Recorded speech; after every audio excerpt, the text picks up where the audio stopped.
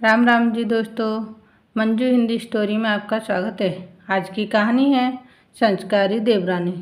पिंकू बुलाते थे सब उसको प्यार से। पिंकी नाम तो सिर्फ स्कूल में ही सुनती थी।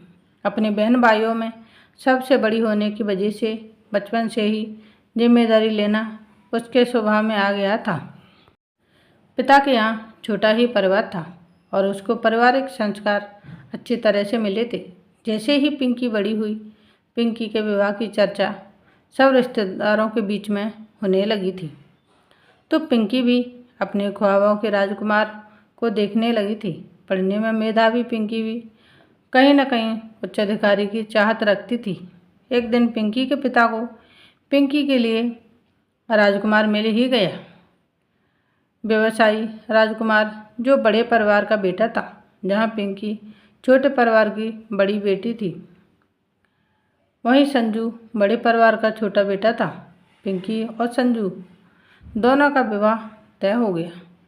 संस्कारी पिंकी ने नई दहलीज पर अनेक ख्वाबों को सजोकर कदम रखा।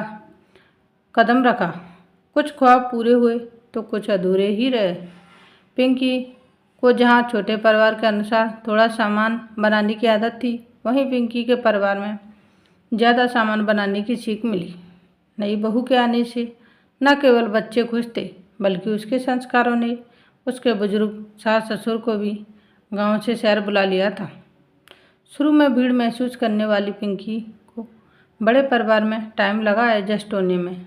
सबकी इच्छाओं को पूरी करते करते नई बहू कब सबकी चहेती बन गई, पता ही नहीं चला। भरे पूरे परिवार में बस एक ही कमी थी कि पिंकी की बड़ी जेठानी को कोई बच्चा नहीं हुआ था। मातृत्व सुख से वंचित पिंकी की जेठानी मीना अक्सर उदास हो जाया करती थी। पिंकी के दूरदर्शी आंखों ने मीना का दर्द समझ लिया और अपनी पहली ही संतान को जेठानी को देने की बात अपने पति संजू से कही। संजू की स्वीकृति के बाद बात मीना तक पहुंची। मीना ने पिंकी से कहा, मुझे बेहद खुशी है कि तुमने मेरी पीड़ा को समझा और इतना अच्छा हल बताया, लेकिन मेरी भी एक गुजारिश है कि मैं तुम्हारी पहली संतान गोद नहीं लूँगी। तुम्हारे मातृत्व सुख से तृप्त करके ही मैं माँ बनूँगी। पिंकी सबसे छोटी होने के कारण पिंकी के सास उसे नई बहू ही पुकारती थी। नई बहू के सराहनीय फैसले के साथ बड़ी बहू मीना के समझदारी भरे फैसले पर पिंकी के सास ने मुहर लगा दी। कुछ समय पश्चात पिंकी एक बेटे की मां बन गई। बेटा बड़ा होने लगा। पिंकी भी अपने वादे को पूरा करने की सोचने लगी। पिंकी दोबारा मां बनने वाली थी। उसने जेठानी से वादा लिया कि यह बच्चा आपका ही होगा। मीना जैसे सूखे दरख्त को पानी मिल गया हो, उसने मुख सहमति दे दी। संतान को देना और लेना दोनों ही स्त्री के स्त्रीत्व के बड़े बलिदान हैं। 9 महीने दोनों ही माँओं की कोख में पल रही संतान का एक दिन संसार में आगमन हो ही गया। बिटिया रानी का आगमन यूँ तो परिवार के हर्ष को बढ़ा गया, लेकिन मीना के दिल में एक कसक पैदा कर गया। उसने पिंकी से कहा, देखो पिंकी, तुम्हारा परिवार पूरा हो गया। मुझे लगता है गुड़िया को तुम्हें ही रखना चाहिए। बहन को भाई और भाई को बहन भी मिल जाएगी। पिंकी ने भरी आंखों से कहा, दीदी आपने एक कैसी बात कर दी। आपके पास जाने से क्या ये भाई बहन नहीं रह पाएंगे?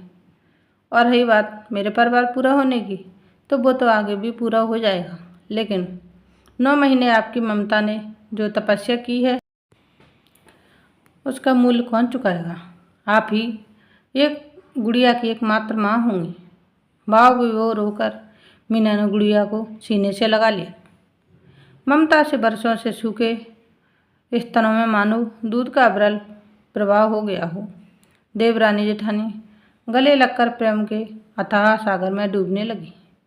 पिंकी की सास की अनुभवी आंखें दोनों बहुओं का आपसी स्नेह और नई बहू की नई पहल पर बलिहारी जा रही थी।